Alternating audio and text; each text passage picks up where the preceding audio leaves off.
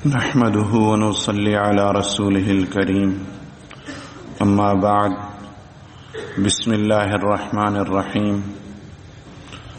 آج کی تراویح میں انشاءاللہ سورہ فاتحہ جو مکی صورت ہے مکمل، اور سورہ بقرہ جو مدنی صورت ہے 40 رکوع پہ مشتمل ہے، اس کے ابتدائی 21 رکوع اس طرح تلاوت کیے جائیں گے کہ پہلا پارہ مکمل اور دوسرے پارے کا پہلا ربع کل 1.25 پارے کی انشاءاللہ آج تلاوت ہوگی۔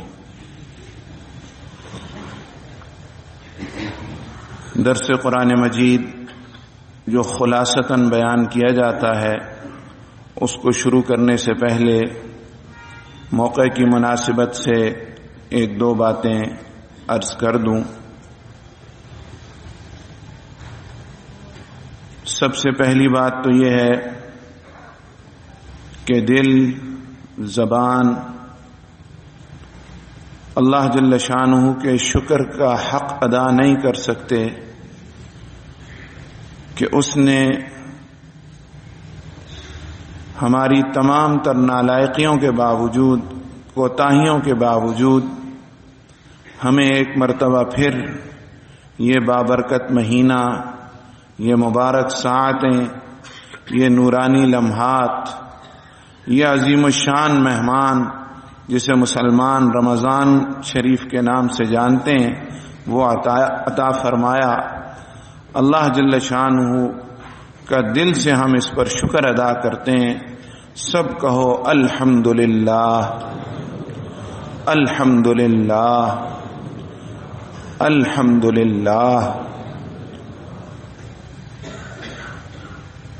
اور رمضان شریف بھی اللہ پاک نے عافیت اور سلامتی کے ساتھ عطا فرمایا۔ کتنے لوگ اس وقت سفر میں ہوں گے، کتنے مسلمان ہسپتالوں میں ہوں گے، کتنے کسی اور مصیبت میں گرفتار ہوں گے۔ اللہ جل شانہ نے ہمیں سلامتی اور عافیت کے ساتھ یہ بہاریں دیکھنے کا موقع عطا فرمایا۔ اللہ جل شانہ اب ان کو قبولیت کے ساتھ ہمیں نصیب بھی فرما دے۔ رمضان شریف کی بہاریں ایک مثال سے آپ سمجھ لیں، جو پہلے بھی کئی مرتبہ بتائی جا چکی، کہ ایک سجدہ اللہ جل شانہ کے سامنے، اس کے بارگاہ میں، اس کی رضا کی خاطر ایک سجدہ ایسی دولت ہے کہ اس کی کوئی قیمت نہیں ہے۔ سجدہ کیا ہے؟ انسان اپنی پیشانی اٹھا کے زمین پہ رکھ دیتا ہے کہ اے میرے مالک، میں تیرے حوالے۔ عاجزی کی اگر انتہا ہے کوئی تو وہ یہی ہے کہ میں نے اپنا سر، اپنی پیشانی زمین کے ساتھ لگا دی ہے، تو راضی ہو جا۔ گویا رب کے قدموں میں سر رکھ دیا۔ اور اس رمضان شریف میں اللہ جل شانہ مجھے آپ کو تراویح کی شکل میں روزانہ 40 سجدے اضافی عطا فرماتے ہیں۔ 20 رکعت تراویح ہے، ہر رکعت میں 2 سجدے ہیں، تو 40 سجدے اللہ پاک عطا فرماتے ہیں۔ ایک سجدہ انسان، اس کی قیمت، اس کا مول، اس کا بدل نہیں ہو سکتا، تو اللہ پاک نے ہمیں عطا فرمایا، الحمدللہ ثم الحمدللہ۔ اور پھر روزہ عطا فرمایا، پھر قرآن مجید سننے کا موقع عطا فرمایا، پڑھنے کا موقع عطا فرمایا۔ ایسے کئی لوگ ہوں گے جو چاہتے ہیں، جن کی تمنا ہے، نہیں پورا قرآن شریف سن پاتے، کسی عذر کی وجہ سے رہ جاتا ہے۔ کل ایک ساتھی کو ہم نے رخصت کیا، وہ رمضان شریف کو بہت اہتمام کرتے تھے، تو رات کے پچھلے پہر کہیں وہ روانہ ہوئے ہیں۔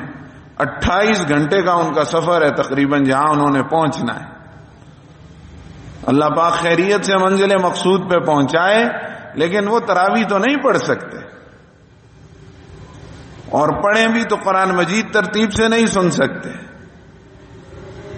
سورت تراویح پڑھ لی جاتی ہے، ثواب ان کو بھی ملتا ہے، لیکن یہ اللہ پاک کا، مالک کا ہم پہ زیادہ کرم ہے. ہم اس لائق نہیں ہیں جتنا اس نے کرم فرمایا. تو اس کی قدر فرمائے. اور اس کی قدر یہ ہے کہ اللہ جل شانہ نے پہلے دن اگر پہنچا دیا تو اب آخر دن تک انسان باقی سب چیزوں کو آگے پیچھے کرے، طبیعت بوجھل ہو یا ہلکی ہو، اور مصروفیت کم ہو یا زیادہ ہو، اس معمول میں فرق نہ آنے دے. اور یہ کب ہوگا؟ جب آپ دوسروں کو اور بالخصوص اپنے متعلق، اپنے بچوں، اپنے بھائیوں میں سے جو خصوصاً میں اس لیے عرض کرتا ہوں کہ جو نوجوان ہیں 15، 16، 17، 18، 19، 20، 21، 22 سال کی عمر کے، آج پوری نسل ہماری یرغمال ہو گئی ہے. دوسروں نے اس کو اچک لیا ہے. وہ کیسے بچیں گے؟ ایسے بچیں گے، ادھر آ کے بچیں گے، قرآن مجید کے حلقوں میں بیٹھنے سے بچیں گے، اس ماحول سے بچیں گے. اس ماحول میں اللہ پاک نے اثر رکھا ہے. ان کو لے کے آئیں. اب ہمارے بھی بال سفید ہو گئے، تو یہ کام تو ہم نے بہت پرانا شروع کیا ہوا ہے اللہ پاک کی توفیق سے. تو اب ہمیں بھی کوئی ملتا ہے اور وہ بھی بوڑھا ہو گیا ہوتا ہے، کہتے جی وہ وقت یاد آتا ہے، وہ تراویح یاد آتی ہے، وہ رمضان یاد آتا ہے، اس کے اثرات ہوتے ہیں. تو کوشش کریں وہ بھی آئیں، تاکہ قرآن مجید جب انسان تھوڑا سا اس کے قریب ہوتا ہے، اس کے ساتھ جڑتا ہے، یہ دل تک اپنا راستہ خود بنا لیتا ہے. اللہ کا کلام ہے نا، ہدایت کے لیے نازل فرمایا ہے. اور پھر مسجد میں الحمدللہ معمولات ایسے ہیں کہ اگر اس میں انسان جڑے تو سارا دن، ساری رات عافیت سے، اور سارا رمضان عافیت اور قبولیت سے گزرتا ہے. ابھی تراویح ہوگی، تراویح کے بعد انشاءاللہ وتر کی جماعت، پھر سورہ یاسین شریف کا ختم، پھر چہل حدیث شریف، پھر دعا. تو بہت زیادہ وقت لگ گیا، 3 گھنٹے بھی نہیں لگیں گے. تو آج کل 13 گھنٹے کا روزہ ہے، 11 گھنٹے کی رات ہے. تو اس میں سے اگر 3 گھنٹے لگ جائے تو کسی کام لگ جائیں گے نا، کسی ٹھکانے لگ جائیں گے. پھر اسی طرح صبح سحری کا وقت ہے، اس کے لیے آدمی اٹھنا ہی ہے. سحری کے لیے ماحول ہوتا ہے ایک. ابھی مجھے کوئی ملا تھا پچھلے ہفتے، اس نے کہا کہ جی میں کچھ ایسے آزار آ گئے گھر میں، ایسی بیماریاں اور ایسے مسائل آ گئے، باوجود نیک اور دیندار گھرانہ ہونے کے کوئی گھر میں روزہ رکھنے والا نہیں ہوگا. اس لیے میں نکل آیا ہوں کہ میں روزے داروں کے ماحول میں چلا جاؤں. شکر کرو اللہ پاک نے آپ کو یہ عطا فرمایا. تو سحری کے لیے اٹھیں گے، اس میں تہجد پڑھیں، 12 رکعت، 8 رکعت، جتنی اللہ پاک توفیق دیں. دعا مانگیں، دعا کی قبولیت کا وقت ہے. سحری سے جلدی فارغ ہو کے اذان ہو تو آپ مسجد میں ہوں. اذان کے بعد حدیث شریف کا درس ہوگا. فجر کی جماعت انشاءاللہ کل سے ہماری مسجد میں 5:45 بجے ہوگی. کل سے انشاءاللہ فجر کی جماعت 5:45 بجے ہوا کرے گی. تو اس کے بعد نماز کا وقت ہو جائے گا، اور فجر کی نماز جماعت سے پڑھیں. اللہ پاک توفیق دے اشراق تک مسجد میں رہیں، اشراق کی نماز پڑھ کر مسجد سے جائیں. دن میں اپنا کام کاج نمٹائیں، تھوڑا سا قیلولہ کریں، آرام کریں کہ رات کے لیے تازہ دم ہو جائیں. اور پھر جب افطار ہو جائے، افطار کے بعد بس تراویح کی تیاری کریں اور تراویح میں شریک ہوں. اگر آپ نے اس نظام الاوقات اور اس ترتیب کی پابندی کر لی تو اللہ جل شانہ کی رحمت سے بہت زیادہ امید ہے کہ اللہ جل شانہ اس رمضان کو قبولیت والے رمضان کے طور پہ عطا فرمائیں گے. اللہ ہم سب کو ایسا نصیب فرمائے. اب اپنے ان مضامین کی طرف آتے ہیں جو آج تلاوت کیے جائیں گے، سب سے پہلی بات تو یہ ہے کہ دونوں جہانوں کا سب سے بڑا خزانہ اور سب سے بڑی دولت اور اللہ جل شانہ کی سب سے بڑی نعمت وہ قرآن مجید ہے۔ بڑے مختلف مقامات پہ اللہ پاک نے اپنے اس احسان کو منفرد انداز سے بیان فرمایا۔ سورہ رحمان جو ہر مسلمان واقف ہے، وہ شروع ہوتی ہے اللہ جل شانہ کے اسم مبارک سے، الرحمن،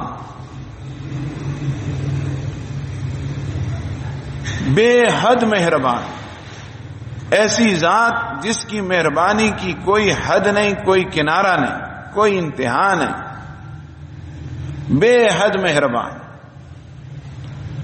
الرحمن تو خود بخود سننے والا چوکنا ہوتا ہے کہ اتنی مہربان ذات ہے تو اس کی سب سے بڑی مہربانی کیا ہو سکتی ہے، سب سے بڑی رحمت کیا ہو سکتی ہے؟ تو فوراً کیا فرمایا اس کے بعد؟ الرحمن علم القرآن، سب سے بڑی مہربانی یہ ہے کہ اس نے قرآن مجید سکھایا تھا، یہ نعمت عطا فرمائی ہے۔ اللہ جل شانہ ہمیں قدر کی توفیق عطا فرمائے۔ قرآن مجید پر ایمان لانا، قرآن مجید کی تلاوت کرنا، قرآن مجید کو سمجھنے کی کوشش کرنا، قرآن مجید پر عمل کرنے کی کوشش کرنا، قرآن مجید کو دوسرے تک پہنچانے کی کوشش کرنا، یہ قرآن مجید کے 5 حق ہیں جو اللہ پاک نے ہم پر لازم فرمائے۔ تو یہ تھوڑی دیر کے لیے 10-20 منٹ کے لیے ہم سمجھنے کی کوشش کا ایک عنوان آپ کہہ سکتے ہیں، سمجھنے کا حق نہیں ادا ہو سکتا۔ اللہ جل شانہ نے قرآن مجید کی سمجھ 2 طرح کی رکھی ہے۔ ایک عام مسلمانوں کے لیے، مؤمنین کے لیے، وہ یہ ہے کہ اگر وہ تھوڑا سا سمجھ کے پڑھیں تو خود بخود انہیں اتنی سمجھ آتی ہے کہ اللہ پاک اعمال صالحہ سے، نیک کاموں سے راضی اور خوش ہوتے ہیں اور بدلے میں جنت ملتی ہے، اور غلط کاموں سے، گناہوں سے، نافرمانیوں سے ناراض اور ناخوش ہوتے ہیں، اور اللہ تعالی ہم سب کی حفاظت فرمائے، انسان دوزخ کا ایندھن بنتا ہے۔ پرانی قوموں کی طرف انبیاء علیہ السلام آئے، جنہوں نے ان کی دعوت قبول کی وہ نجات پا گئے، جنہوں نے ان کی مخالفت کی وہ ہلاک ہو گئے۔ اب بھی قیامت تک یہی ضابطہ ہے کہ رسول اللہ صلی اللہ علیہ وسلم کی دعوت کو جو قبول کرے گا وہ نجات پا جائے گا، جو اس سے ہٹے گا وہ ہلاک ہو جائے گا۔ یہ مضامین ہر انسان کو قرآن مجید سے سمجھ میں آ جاتے ہیں۔ اور ایک سمجھ کا دوسرا درجہ ہے جو راسخین فی العلم کے لیے، جنہوں نے اپنے آپ کو لگا دیا، کھپا دیا، گھلا دیا قرآن مجید کے لیے، زندگیاں صرف کر دی، ان پہ پھر اس کے علوم و اسرار کھلتے ہیں اور اللہ جل شانہ کی کتاب کی حکمتیں ظاہر ہوتی ہیں۔ تو ہم پہلے درجے کے لوگ ہیں، اللہ جل شانہ ہمیں ہدایت نصیب فرمائے اور قرآن مجید سے نصیحت حاصل کرنے کی توفیق عطا فرمائے۔ قرآن مجید شروع ہوتا ہے سورہ فاتحہ سے، اور یہ مکی سورت ہے اور ساری کی ساری ایک ساتھ نازل ہوئی۔ فاتحہ کا معنی ہے کھولنے والی، اس سورت کا نام ہے فاتحۃ الکتاب۔ یہ اللہ جل شانہ کی کتاب کھولی جاتی ہے تو سب سے پہلے یہ سورت سامنے آتی ہے، اور اس سورت کا نام سورۃ الحمد بھی ہے۔ اس میں اللہ جل شانہ کی حمد اور تعریف ہے، اور الحمد سے یہ سورت شروع ہوتی ہے۔ اسی طرح اس سورت کا نام سورۃ الشفاء ہے۔ حضور صلی اللہ علیہ وسلم نے فرمایا موت کے علاوہ ہر بیماری کے لیے اللہ نے اس سورت میں شفا رکھی ہے۔ اسی طرح اس سورت کا نام سورۃ الوافیہ ہے، جس کا معنی ہے مکمل، پوری ہونے والی۔ اس کے مضامین ایسے ہیں کہ پورے اور مکمل ہیں، اگر انسان ان پر عمل کرے بس نجات کے لیے کافی ہے۔ اسی طرح اس کا نام ہے ام الکتاب، پورے قرآن مجید کا خلاصہ ہے۔ اسی طرح اس کا نام ہے سورۃ تعلیم المسئلہ، اللہ جل شانہ سے سوال کرنا. مسئلہ کا معنی ہے سوال کرنا، اللہ تعالیٰ سے سوال کرنے اور مانگنے کا طریقہ اس میں سکھایا گیا. اور اسی طرح اس کا نام ہے سورۃ الکنز. کنز کہتے ہیں خزانے کو. یہ عرش الہی کے خزانوں میں سے ایک خزانہ ہے جو اللہ نے رسول اللہ صلی اللہ علیہ وسلم کے طفیل مجھے اور آپ کو اور آپ صلی اللہ علیہ وسلم کی امت کو عطا فرمایا. اور اس کا ترجمہ کیا ہے؟ بسم اللہ الرحمن الرحیم. شروع کرتا ہوں میں اللہ کے نام سے جو بے حد مہربان اور بہت رحم والا ہے. الحمدللہ رب العالمین. تمام تعریفیں اللہ کے لیے جو پالنے والا ہے جہانوں کا. تمام جہانوں کا اور تمام جہانوں میں جو کچھ ہے اس سب کا پالنے والا کون؟ اللہ. اس لیے دنیا میں جب کبھی جب کہیں کسی کی کوئی تعریف کرے گا در حقیقت وہ تعریف اللہ جل شانہ کی. بنانے والا وہ ہے. تصویر بنی ہو، بہت عمدہ تصویر ہے، بہت بہترین تصویر ہے. تصویر کا کمال نہیں ہے، بنانے والے کا کمال ہے. تحریر لکھی ہو، بہت خوبصورت تحریر ہے، ایسا لگتا ہے موتی پروئے ہوئے ہیں، بہت عمدہ ہے. تو وہ تحریر کا کمال نہیں ہے، اس کو لکھنے والے کا کمال ہے. تو کائنات میں جہاں کوئی خوبی نظر آتی ہے وہ اللہ رب العالمین کی بنائی ہوئی پیدا فرمائی ہوئی ہے. وہ رب العالمین ہے، اس لیے تمام تعریفیں اسی کے لیے. اور پھر اس نے اپنا تعارف کروایا. حالانکہ آپ جانتے ہیں 99 تو وہ اسماء صفاتی ہیں جو ہم اسماء حسنہ میں پڑھتے ہیں، اس کے علاوہ بھی بہت سارے ہیں، لیکن 99 تو وہ ہیں. ان سب میں سے اللہ جل شانہ نے منتخب فرمائے تو کون سے؟ الرحمن الرحیم. دونوں رحمت والے. اللہ پاک مہربان ہے، اللہ پاک رحمت والے. ہم گناہ کر کر کے تھک جاتے ہیں، اس کی رحمت ہمارا انتظار کرتے کرتے، ہماری توبہ کا انتظار کرتے کرتے کبھی نہیں تھکتی. ہر وقت دروازہ کھلا ہے. کوئی آ کے دیکھے، فرمایا چل کے آؤ، میری رحمت تمہیں دوڑ کے اپنی لپیٹ میں لے لے گی. الرحمن الرحیم. مالک یوم الدین. مالک ہے بدلے کے دن کا. بتا دیا کہ یہاں دل نہ لگانا، یہ رہنے کی جگہ نہیں ہے، نہ یہاں آج تک کوئی رہنے کے لیے آیا ہے. سفر ہے، گزر جاؤ گے، چل رہے ہو، جی چاہے نہ چاہے تم منزل کے قریب ہو رہے ہو. اور پھر اس کے بعد یوم الدین، ایک دن آنا ہے، بدلے کا دن، فیصلے کا دن، روز جزا، جہاں کھرا کھوٹا الگ ہو جائے گا، دودھ کا دودھ پانی کا پانی کر دیا جائے گا. اور اس دن وہاں بادشاہی صرف اسی کی ہوگی. یہاں تو یہ میرا، یہ تیرا، یہ اس کا، یہ اس کا، یہ فلاں، یہ جی فلاں کی ملکیت ہے، فلاں کی مالکی ہے، ایسے بھی کہتے ہیں نا گاؤں وغیرہ میں. وہاں کسی کا کچھ نہیں. مالک یوم الدین، اکیلا وہ مالک ہوگا. اچھا، دنیا میں ہم کسی سے درخواست کرتے ہیں تو ایسے ہی کرتے ہیں نا، بخدمت جناب، عالی جناب، محترم مکرم، فلاں فلاں فلاں فلاں. سب سے پہلے تعریف کرتے ہیں،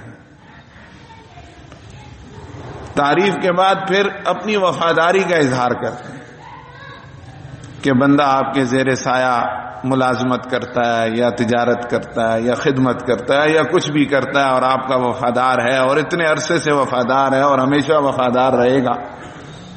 اور اس کے بعد اپنا مدعا عرض کرتے ہیں. یہی طریقہ ہے تعلیم المسئلہ، اللہ سے مانگنے کا طریقہ ہے. اسی لیے دیکھیں نا، ہر روز کی، ہر نماز کی، ہر رکعت میں اگر کوئی سورت پڑھی جاتی ہے تو کون سی ہے؟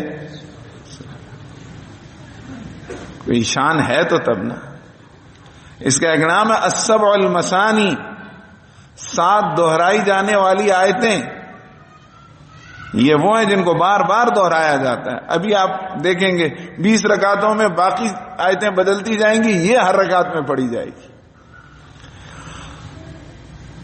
تو اللہ پاک کی تعریف کے بعد اب ہم اللہ پاک سے اپنی نیاز مندی کا، بندگی کا، وفاداری کا اظہار کرتے ہیں.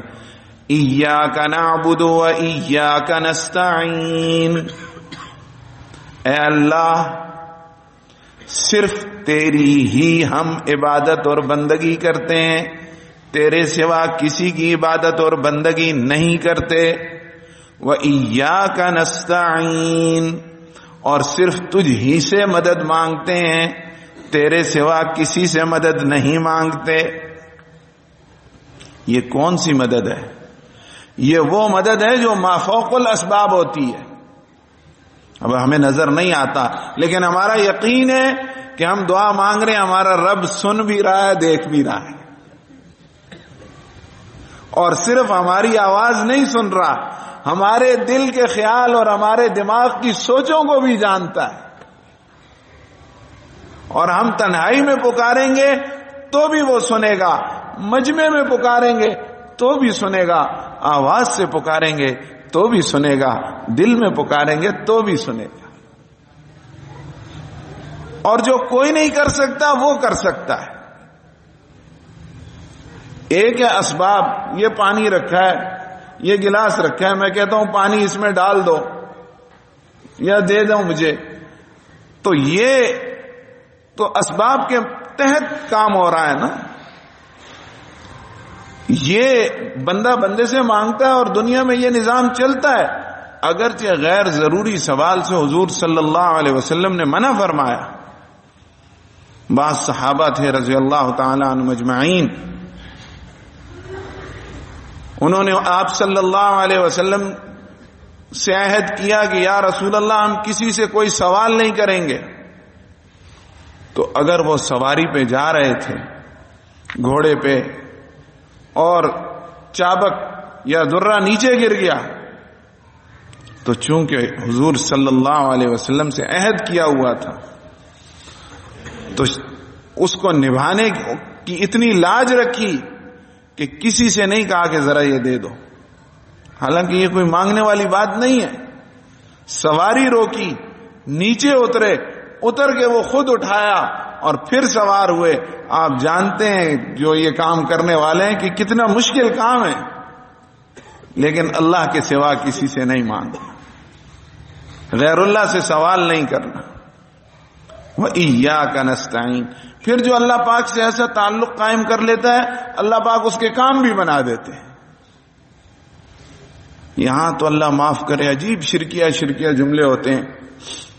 ہر جس شخص کا کوئی کام ہوتا ہے نا، کسی بھی محکمے کا ملازمت ہو گئی، کوئی اور بل ٹھیک کرنا ہوا، کچھ کرنا ہوا، ایک دم کہتے ہیں وہ فلانا چاہے تو ہو سکتا ہے، فلانا کیا اور اس کی چاہت کیا، وہ اپنے بارے میں کچھ نہیں چاہ سکتا، اس کو اپنے لالے پڑے ہوئے ہیں، اپنی جان کی مصیبت میں رہتا ہے، اس کے چاہنے سے کیا ہوتا ہے؟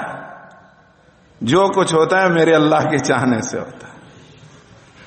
تو ایسی مدد ہم کس سے مانگتے ہیں؟ اللہ سے. اللہ کے سوا کسی سے نہیں مانگتے. تو یا اللہ ہم منگتے بھی تیرے ہیں، ہم بندے بھی تیرے ہیں، اور عبادت اور استعانت ایاک نعبد، ہم تیری عبادت کرتے ہیں، تیری ہی عبادت کرتے ہیں، وایاک نستعین، اور تجھ ہی سے مدد مانگتے ہیں. اس میں علماء فرماتے ہیں جوڑ یہ ہے کہ عبادت بھی اللہ جل شانہ کی مدد کے بغیر نہیں ہوتی. یہ میں اور آپ جو بیٹھے ہیں یہاں پر، اس کی توفیق سے بیٹھے ہیں. ہم سے زیادہ سمجھدار، عقل مند، ذہین، فطین اور صلاحیتوں والے نئی اجازت نہیں آ سکتے دروازے سے اندر. یہ اس کی مہربانی. تو عبادت بھی تبھی ہوگی جب اللہ پاک مدد فرمائیں گے. اب یہ سب ہونے کے بعد ہم نے اپنی درخواست رکھی کیا؟ اہدنا الصراط المستقیم، ہمیں سیدھا راستہ عطا فرما، صراط مستقیم کی ہدایت عطا فرما. یا اللہ یہ ہماری سب سے بڑی ضرورت ہے، باقی سب کچھ رہ جائے گا. خدا نہ خواستہ ہدایت رہ گئی تو کام خراب ہے. اہدنا الصراط المستقیم. اب صراط مستقیم اللہ کا راستہ صراط مستقیم، قرآن مجید کا راستہ صراط مستقیم، حق کا راستہ نہیں. اسلوب کیا ہے؟ صراط الذین انعمت علیہم، ان لوگوں کا راستہ جن پر آپ نے انعام فرمایا، جو آپ کے انعام یافتہ بندے ہیں ان کا راستہ. غیر المغضوب علیہم ولا الضالین، جن پر آپ کا غضب اور غصہ نازل ہوا اور جو گمراہ ہوئے ان کے راستے سے بچانا ہمیں یاد. کہتے ہیں آمین. اس کا مطلب کیا ہے؟ یا اللہ ایسا ہی کر دے. اس کا مطلب کیا ہے؟ اور حدیث شریف میں آتا ہے کہ جب امام ولضالین کہتا ہے، انسان آمین کہتا ہے تو فرشتے بھی آمین کہتے ہیں، اور جس کی آمین فرشتوں کی آمین کے برابر ہو جائے اس کی دعا قبول ہو جاتی ہے. تو یہ، اور پھر حدیث شریف میں آتا ہے اس کی ایک ایک آیت کے بدلے اللہ جل شانہ کی طرف سے جواب آتا ہے. بندہ کہتا ہے الحمدللہ رب العالمین، اللہ جل شانہ فرماتے ہیں حمیدنی عبدی، میرے بندے نے میری تعریف کی. بندہ کہتا ہے الرحمن الرحیم، اللہ جل شانہ فرماتے ہیں اثنا علی عبدی، میرے بندے نے میری ثنا کی.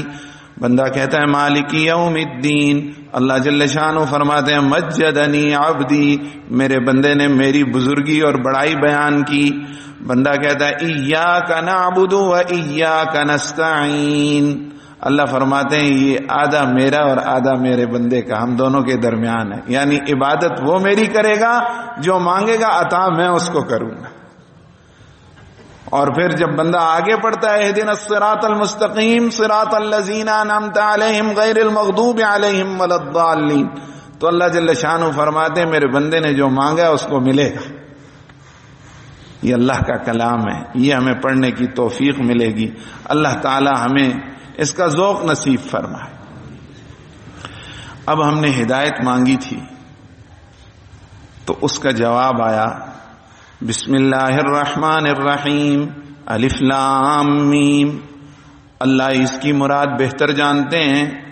ذالک الکتاب لا ریب فیہ، یہ کتاب ہے جس میں شک اور شبہ کی کوئی گنجائش نہیں. ھدی للمتقین، ہدایت ہے خدا سے ڈرنے والوں کے لیے، جن میں تقوی ہے ان کو ہدایت کا راستہ دکھاتی ہے. یہ پوری کتاب اللہ پاک نے عطا فرمائی. قرآن مجید میں بنیادی طور پہ 5 باتیں بیان ہوئی ہیں. سب سے پہلی توحید، اس کے بعد قیامت، اس کے بعد رسالت، اس کے بعد اللہ جل شانہ کے وہ بندے جن سے اللہ پاک خوش ہیں، اور اس کے بعد ان لوگوں کا تذکرہ جن سے اللہ جل شانہ ناراض ہوئے اور وہ ہلاک ہوئے.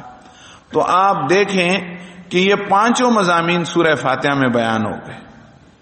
اسی لیے فرمایا کہ دنیا کے سارے علوم کا خلاصہ، تمام آسمانی کتابوں کا خلاصہ 4 کتابوں میں ہے، تورات، زبور، انجیل اور دیگر صحائف میں، اور ان سب کا خلاصہ قرآن مجید میں ہے، اور سارے قرآن مجید کا خلاصہ سورہ فاتحہ میں.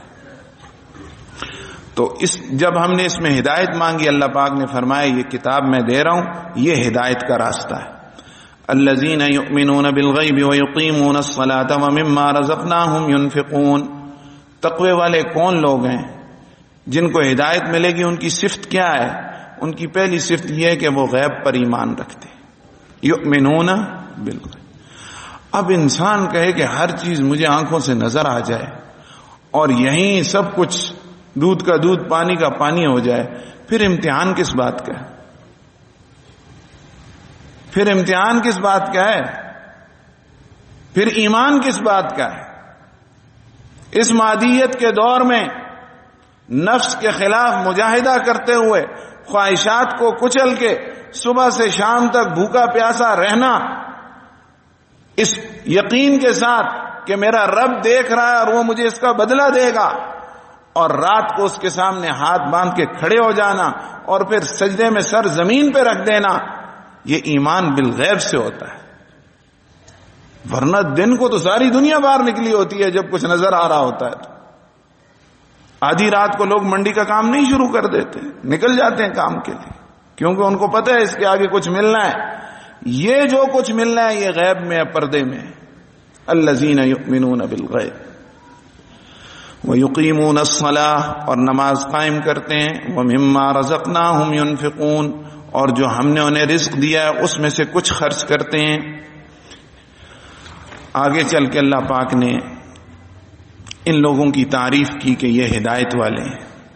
پھر اللہ پاک نے، یہ تو پکے مومن تھے، ان کے مقابلے میں پکے کافروں کا تذکرہ ہے.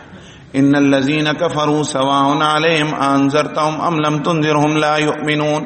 ایسے پکے کافر ہیں، آپ ان کو ڈرائیں یا نہ ڈرائیں انہوں نے ایمان نہیں لانا. کیوں؟ ان کی حرکتوں کی وجہ سے. ختم اللہ علی قلوبہم وعلی سمعہم، اللہ نے ان کے دلوں پر، ان کے کانوں پہ مہر لگا دی. وعلی ابصارہم غشاوہ، ان کی آنکھوں پہ پردے ڈال دیے. اب انہوں نے ایمان نہیں لانا. اس کے بعد پھر تفصیل سے اللہ تعالیٰ نے مؤمنین اور کافرین کے بعد منافقین کا تذکرہ فرمایا، اور اللہ تعالیٰ نے خوب ان کے پول کھولے اور فرمایا کہ زبان سے کہتے ہیں ہم اللہ اور آخرت کے دن پر ایمان رکھتے ہیں، وما ہم بمؤمنین، اللہ فرماتے ہیں ایمان والے ہیں نہیں. یخادعون اللہ کو دھوکہ دینے کی کوشش کرتے ہیں اور ایمان والوں کو دھوکہ دینے کی کوشش کرتے ہیں. وما یخدعون الا انفسہم، وہ اپنے آپ کو دھوکہ دے رہے ہیں. خدا کو کوئی دھوکہ دے سکتا ہے؟ کتنا تیس مار خان ہو، کتنا تیز ترار ہو، چلاک ہو، ہوشیار ہو، دنیا میں چل جائے گی، اللہ پاک کے آگے نہیں چلتی. وہ دلوں کے بھید جانتا ہے. اور فرمایا ان مضامین کے بعد، یہ جو 5 مضامین ہیں نا، ان کے بعد آپ قرآن مجید میں دیکھیں گے کہ 2 چیزیں تسلسل کے ساتھ بیان ہوتی ہیں، تقریباً روز کی تراویح میں آ جائیں گے. ایک صحابہ کرام کی تعریف رضوان اللہ تعالی علیہ اجمعین، اور دوسرا جہاد فی سبیل اللہ. یہ آخر تک چلے گا. اور آج بھی کامیابی کی ضمانت دنیا بھر کے مسلمانوں کے لیے یہ ہی ہے. اگر کسی نے اس کا مظاہرہ دیکھنا ہے، نمونہ دیکھنا ہے، تو اللہ جل شانہ نے اس 21ویں صدی میں، اس گئے گزرے دور میں، مٹھی بھر نہتے بے وسائل خالی ہاتھ 40 سال سے جیل میں بند غزہ اور فلسطین کے مسلمان دنیا کو دکھا دی کہ صحابہ کرام کا نقش قدم ہے اور قرآن مجید پر ایمان ہے. ساری دنیا کی بڑی بڑی طاقتوں کو ایسے ٹکر دے کے انہوں نے رکھا ہوا ہے کہ دنیا دنگ ہے. ابھی تک یہ سلسلہ چل رہا ہے. وہ تو کہتے تھے بس 6 گھنٹے 8 گھنٹے کے بعد کچھ بھی نہیں ہوگا. 1.5 سال ہو گیا ہے. کیا ہے ان کے پاس؟ یہی قرآن مجید ہے. اور کیا ہے؟ صحابہ اکرام رضوان اللہ علیہ مجمعین کا نقش قدم ہے. اور اس کو سامنے رکھ کے وہ جہاد فی سبیل اللہ پہ قائم ہے. انہ لجہاد نصر او استشہاد، یہ ان کی بات ہے. بس ہم کچھ اور حریت پسندی اور علم غلم ادھر ادھر کی بات نہیں کرتے. ہم جہاد کرتے ہیں، یا اللہ کی مدد آئے گی یا شہید ہو جائیں گے. دیکھیں عالمی طاقتوں کی پشت پناہی کے ساتھ وہ ناجائز ریاست اسرائیل، جس کا ہوا اتنا تھا، ایسے ہوتے ہیں ویسے ہوتے ہیں، اتنے یہ ہوتے ہیں، بہادر ہوتے ہیں، ذہین ہوتے ہیں، سارا ٹھس کر کے رکھ دیا. دنیا کی نکمی اور خوار ترین قوم یہود و نصارہ نے ایک وہ آگے رکھا ہوا ہے ان کو، اور ان کے ذریعے مسلمانوں کے خون سے وہ اپنے ہاتھ رنگین کر رہے ہیں، ظلم کر رہے ہیں. اور ساری دنیا کے مسلمانوں کا امتحان ہو رہا ہے کہ وہ ٹس سے مس ہوتے ہیں یا نہیں. اللہ تعالیٰ ہماری اس پر پکڑ نہ فرمائے. تو صحابہ کرام کی تعریف آئی تو فرمایا وَإِذَا قِيلَ لَهُمْ آمِنُوا كَمَا آمَنَ النَّاسِ، جب ان سے کہا جاتا ہے ایمان لاؤ جیسا کہ یہ لوگ یعنی صحابہ ایمان لائیں، قَالُوا وَنُؤْمِنُ كَمَا آمَنَ السُّفَهَاءُ، تو جواب میں کہتے ہیں ہم ایسا ایمان لائیں جیسے یہ بے وقوف ایمان لائیں. نعوذ. صحابہ تو دیوانہ وار سب کچھ لٹانے والے تھے. وہ تو ہماری طرح دائیں بائیں دیکھ کے تو نہیں کام کرتے تھے. اللہ اور اس کے رسول صلی اللہ علیہ وسلم نے فرما دیا بس قربان. ایک صحابی رضی اللہ تعالی عنہ جمعے کے لیے آ رہے ہیں, رسول اللہ صلی اللہ علیہ وسلم خطبہ ارشاد فرما رہے ہیں, کچھ لوگ ادھر کنارے پہ کھڑے ہوئے ہیں جیسے عادت ہوتی ہے لوگوں کی. فرمایا لوگوں بیٹھ جاؤ. ان کے کان میں وہاں راستے میں آواز پڑی, وہیں بیٹھ گئے. کہا کہ اللہ کے رسول کا حکم ہے, پتہ نہیں اگلا قدم اٹھا سکوں نہ اٹھا سکوں. ایسے دیوانہ وار تعمیل کرنے والے تھے. تو منافقوں نے طنز کیا کہ ہم ایسا ایمان لائیں. اللہ جل شانہ نے فرمایا الا, اچھی طرح سن لو, انہم هم السفہاء, یہی بے وقوف ہیں, ولکن لا یعلمون, لیکن ان کو علم نہیں ہے. بے وقوف خود ہیں جو صحابہ کو کہہ رہے ہیں. یہاں علماء نے ایک بات فرمائی کہ جو الفاظ ان منافقین نے حضور صلی اللہ علیہ وسلم کے صحابہ رضوان اللہ علیہ مجمعین کو کہے تھے, اللہ جل شانہ نے ہو بہو وہی الفاظ ان کو کہے. ہے یہ گنبد کی صدا, جیسی کہو ویسی سنو. فرمایا تم صحابہ کو بے وقوف کہتے ہو, انہم هم السفہاء, تم خود بے وقوف ہو. اور فرمایا عجیب نکتے کی بات کہ یہ اللہ تعالیٰ نے ایک آئینہ دے دیا, ہر ایک اس میں دیکھ لے. جو صحابہ کو متقی کہتا ہے وہ خود متقی, جو صحابہ کو مومن مانتا ہے, پکا ایمان والا مانتا ہے, وہ خود مومن اور پکا ایمان والا.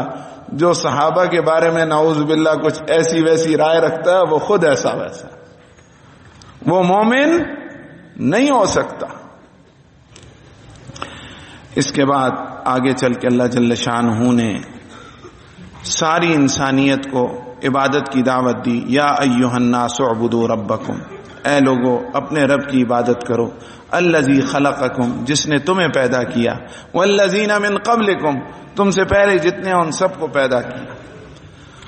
اس کے بعد قرآن مجید کی صداقت بیان ہوئی کہ اس کی مخالفت کیوں کرتے ہو, اتنی جنگیں اور اتنی لڑائیاں, اور اس وقت ابو جہل اور ابو لہب اور ان کے لشکر اور اتنی فوجیں اور غزوات اور اتنی مشکلات کیوں اٹھاتے ہو. وَإِن كُنتُمْ فِي رَيْبٍ مِّمَّا نَزَّلْنَا عَلَىٰ عَبْدِنَا, جو ہم نے اپنے بندے پہ نازل کیا تمہیں اس کے بارے میں کوئی شک ہے. فَأْتُوا بِسُورَةٍ مِّن مِّثْلِهِ, ایک چھوٹی سی صورت اس کے مقابلے میں بنا لو. اور اکیلے تمہیں نہیں کہتا, وَادْعُوا شُهَدَاءَكُم مِّن دُونِ اللَّهِ إِن كُنتُمْ صَادِقِينَ, اگر سچے ہو تو خدا کے سوا جتنے تمہارے مددگار ہیں سب کو ساتھ ملا. لیکن فرمایا فَإِن لَّمْ تَفْعَلُوا, اگر تم نہ کر سکے, وَلَن تَفْعَلُوا, اور ہرگز کبھی بھی ایسا نہیں کر سکو گے, فَاتَّقُوا النَّارَ الَّتِي وَقُودُهَا النَّاسُ وَالْحِجَارَةُ, ڈرو اس آگ سے جس کا ایندھن انسان اور پتھر ہو. آج آپ دیکھیں اس وقت جو احباب ذرا زیادہ واقف ہیں وہ جانتے ہوں گے کہ اس وقت AI ٹیکنالوجی کا دور ہے. یہی نام ہے نا اس کا, جو سوال دو وہ اٹھ پٹانگ جواب دے گی. لیکن خدا کے کلام کی شان یہ ہے کہ ایک سورت تو بڑی چیز, ایک آیت اس کے مقابلے کی نہیں بنا سکتی.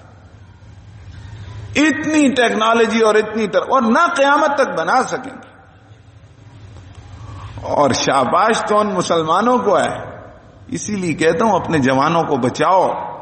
ایک جگہ میں نے پڑھا, دعوت دی جا رہی تھی قرآن مجید کو AI ٹیکنالوجی کے ذریعے سمجھنے کی کوشش کیجیے. قرآن مجید اگر اس ٹیکنالوجی سے سمجھ آتا ہوتا تو پھر سارے ہی آج مسلمان ہوتے. پتہ نہیں میں نام صحیح لے رہا ہوں یا نہیں, مجھے پتہ نہیں ہے, لیکن اس سے قرآن مجید نہیں آتا. قرآن مجید اسی طرح آتا ہے. حضور صلی اللہ علیہ وسلم کے زمانے سے لے کر اب تک, اور اب سے لے کے قیامت تک یہ سلسلہ اسی طرح چلتا رہے گا. اللہ اکبر. پھر اس کے بعد اللہ جل شانہ نے حضرت آدم علیہ السلام کا تذکرہ فرمایا. ان کے مقابلے میں شیطان کا تذکرہ فرمایا کہ شیطان نے حضرت آدم علیہ السلام کو سجدہ کرنے سے انکار کیا تھا, اور اس انکار کی وجہ سے وہ ہمیشہ کے لیے راندہ درگاہ ہو گیا. اس میں اور تو نہیں, ایک نصیحت کی بات ہے کہ شیطان نے آدم علیہ السلام کو سجدے سے انکار کیا تو اتنا مردود اور راندہ درگاہ ٹھہرا، تو جو نماز نہ پڑھے اور نماز کا انکار کرے، رب العالمین جل شانہ کو سجدے سے انکاری ہو، اس کا ٹھکانہ کیا ہوگا، اور وہ اپنا اندازہ خود کر لے۔ اللہ تعالی ہم سب کو نماز کے اہتمام کی توفیق عطا فرمائے۔ آگے چل کے ارشاد فرمایا وَأَقِيمُوا الصَّلَاةَ وَآتُوا الزَّكَاةَ وَارْكَعُوا مَعَ الرَّاكِعِينَ، نماز قائم کرو، زکوٰۃ ادا کرو، اور رکوع کرنے والوں کے ساتھ رکوع کرو، یعنی نماز جماعت سے پڑھو۔ اور پھر فرمایا کہ تم لوگوں کو بھلائی کا حکم دیتے ہو، اپنے آپ کو بھول جاتے ہو، حالانکہ تم کتاب اللہ کی تلاوت کرتے ہو۔ کتنی غلط بات ہے، خود پہلے عمل کی کوشش کرو۔ اور پھر فرمایا وَاسْتَعِينُوا بِالصَّبْرِ وَالصَّلَاةِ، یہ یہاں بھی آیا ہے اور آج کی تراویح میں انشاءاللہ دوسرے پارے میں بھی یہ پڑھا جائے گا۔ صبر اور نماز کے ذریعے مدد حاصل کرو۔ ہر انسان پہ ایسے حالات آتے ہیں جو اس کے لیے پریشانی کا سبب ہوتے ہیں۔ کوئی محبوب بچھڑ جائے تو مشکل ہے، مال چھن جائے تو مشکل ہے، سواری کو حادثہ ہو جائے تو مشکل ہے، صحت بگڑ جائے تو مشکل ہے، بیوی نافرمان ہو تو مشکل ہے، شوہر بد اخلاق اور ظالم ہو تو مشکل ہے، افسر ظالم ہو تو مشکل ہے، عملہ خیانت کرے تو مشکل ہے۔ ان سب چیزوں کا علاج کیا ہے؟ وَاسْتَعِينُوا بِالصَّبْرِ وَالصَّلَاةِ، صبر اور نماز کے ذریعے اللہ سے مدد مانگو۔ صبر اور نماز کے ذریعے یہی حالات ہیں نا ہمارے، یہی مسائل ہیں، تو انسان صبر اور نماز کے ذریعے اللہ سے مدد مانگے۔ وَإِنَّهَا لَكَبِيرَةٌ إِلَّا عَلَى الْخَاشِعِينَ، یہ نماز بھاری ہے لیکن جو خشوع کرنے والے ہیں، اللہ کے سامنے جن کے دل عاجزی سے بھرے ہوئے ہیں، ان کے لیے بھاری نہیں ہے۔ ان کے لیے تو حضور صلی اللہ علیہ وسلم کا ارشاد کہ میری آنکھوں کی ٹھنڈک نماز میں۔ لوگ نئی گاڑی لیتے ہیں نا تو باہر اتر کے اس کو دیکھ دیکھ کے خوش ہوتے ہیں، آنکھیں ٹھنڈی ہوتی ہیں، اندر سے تو نظر نہیں آتی نا، باہر سے زیادہ اچھی دکھتی ہے۔ تو حضور صلی اللہ علیہ وسلم نے فرمایا میری آنکھوں کی ٹھنڈک جعلت قرۃ عینی فی الصلاۃ، نماز میں۔ دعا کرو اللہ تعالی ہمیں بھی ایک ذرہ دے دے، ایک ذرا سا بھی ذرہ مل گیا کام بن جائے گا انشاءاللہ۔ اور ایک بات اور علماء نے لکھی ہے، کسی سے گناہ نہیں چھوٹتا، ہوتا ہے ہر ایک کا کوئی نہ کوئی مسئلہ ہوتا ہے، اللہ معاف کرے، جوانوں کے ساتھ بھی ہوتا ہے، بڑی عمر والوں کے ساتھ نہیں چھوٹتا۔ تو کہا کہ چلو ایک کام کرو، جب گناہ کرو اس کے بعد 2 رکعت نفل پڑھو توبہ کی۔ گناہ کرو اس کے بعد کیا کرو؟ 2 رکعت نفل پڑھو، کس چیز کے؟ توبہ کے، یا اللہ میری توبہ آئندہ نہیں کروں گا۔ کہا چند دن کر کے دیکھو خود بخود چھوٹ جائے گا۔ وَإِنَّهَا لَكَبِيرَةٌ، کیوں؟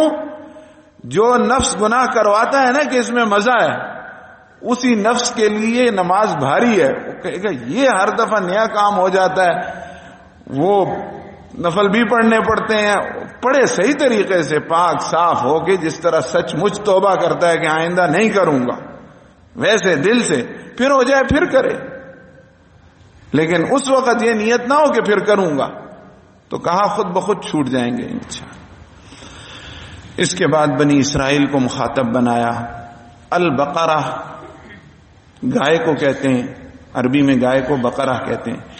اسی عنوان سے اس سورت کا نام البقرہ اللہ جل شانہ نے تجویز فرمایا کہ اس میں اس گائے کا تذکرہ ہے۔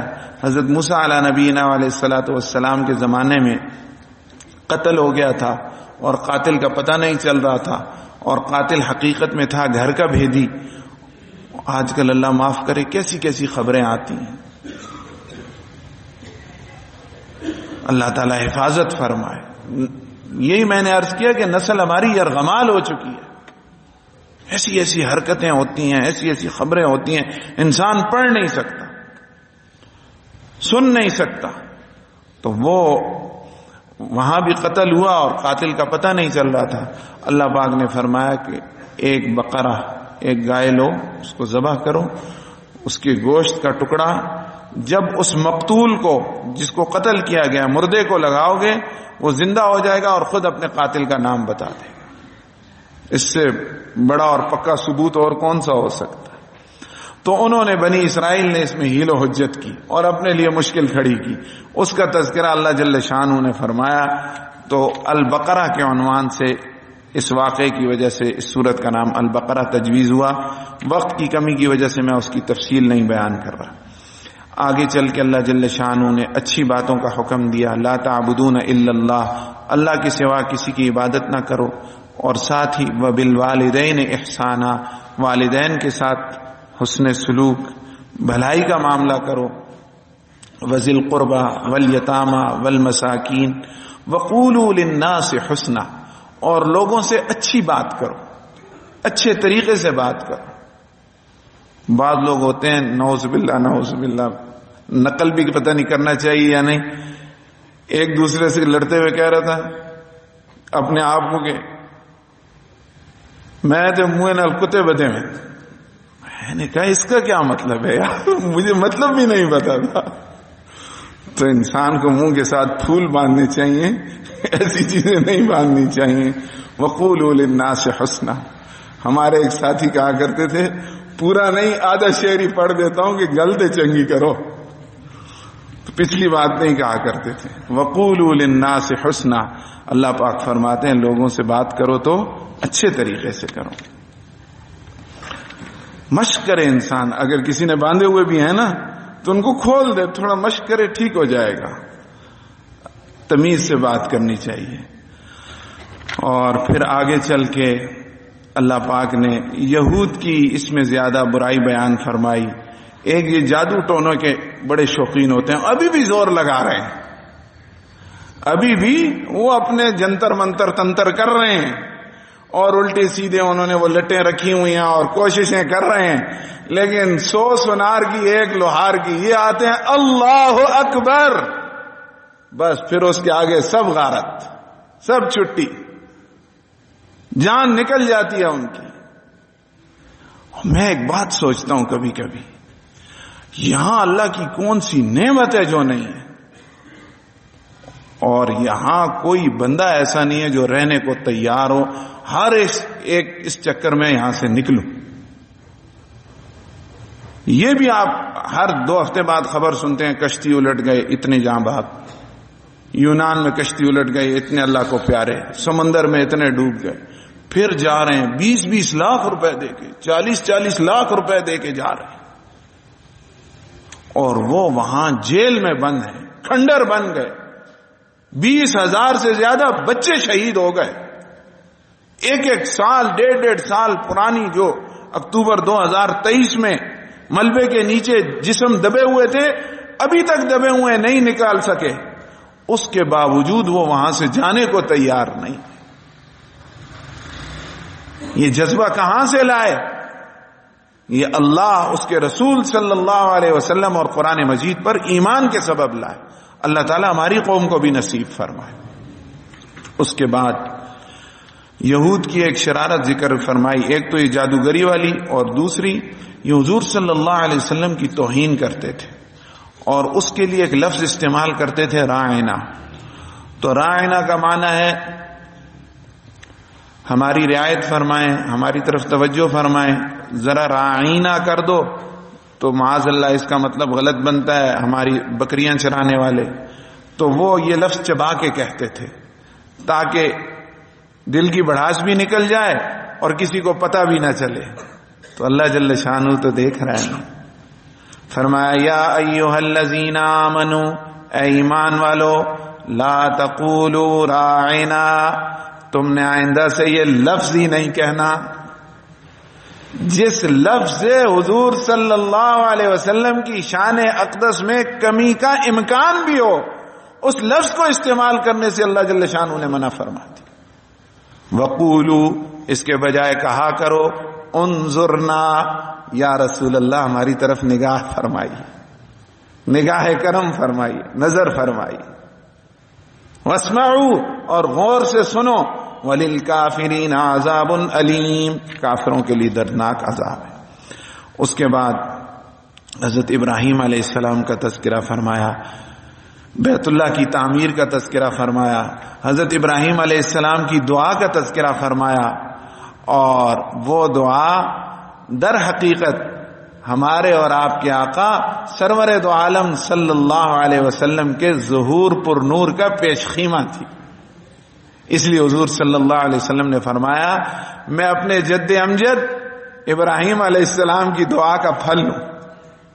اللہ نے اللہ سے مانگ کے لیا تھا، ربنا وابعث فیہم رسولا، یا اللہ آپ کا گھر تو میں نے بنا دیا، اب مزدوری انعام جو مجھے ملنا ہے اس میں وہ رسول میری اولاد میں پیدا فرما دے۔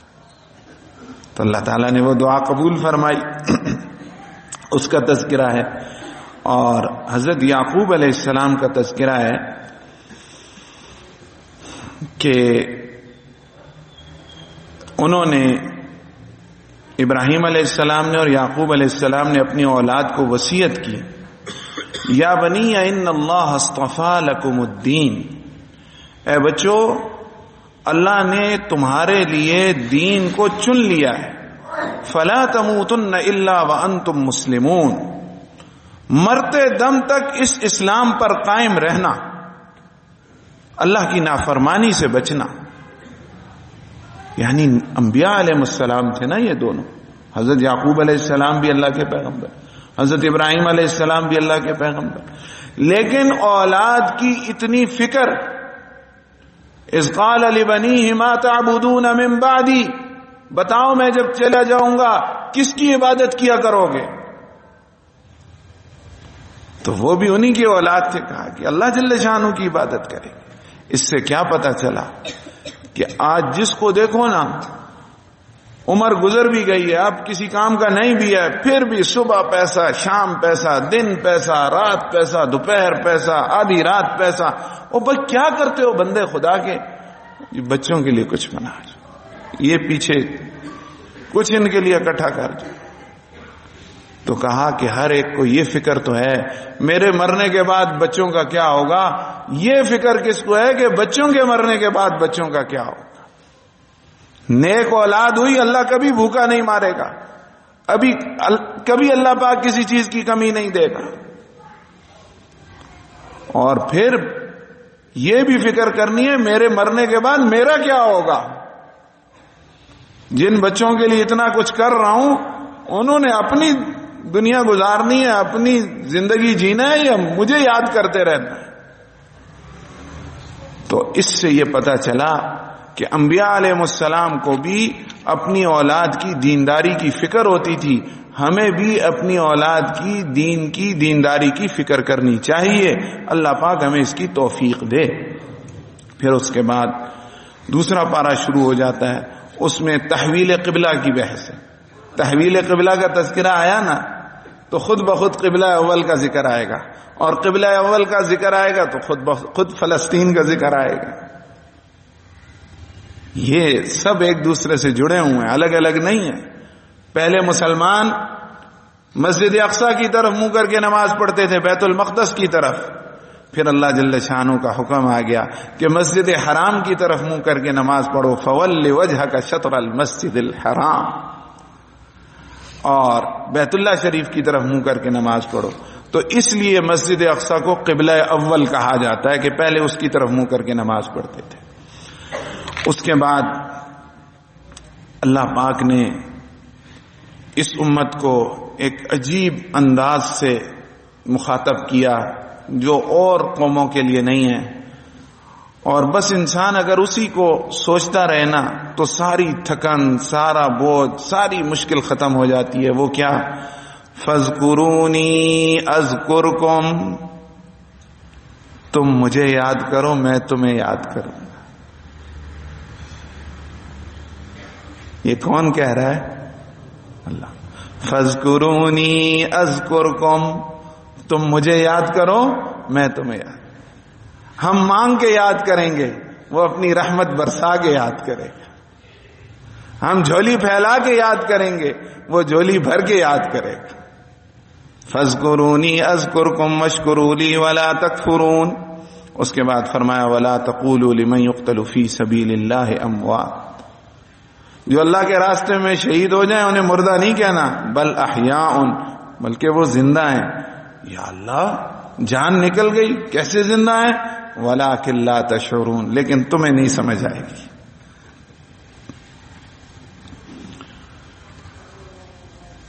اور پھر فرمایا کہ ہم آزمائیں گے، خوف سے، بھوک سے، مال میں کمی کر کے، جان میں کمی کر کے، پھلوں میں کمی کر کے، لیکن صبر کرنے والوں کو خوشخبری دیں. اور ان کی شان کیا ہوتی ہے؟ جب انہیں کوئی مصیبت پہنچتی ہے، الذین اذا اصابتهم مصیبۃ قالوا انا للہ وانا الیہ راجعون.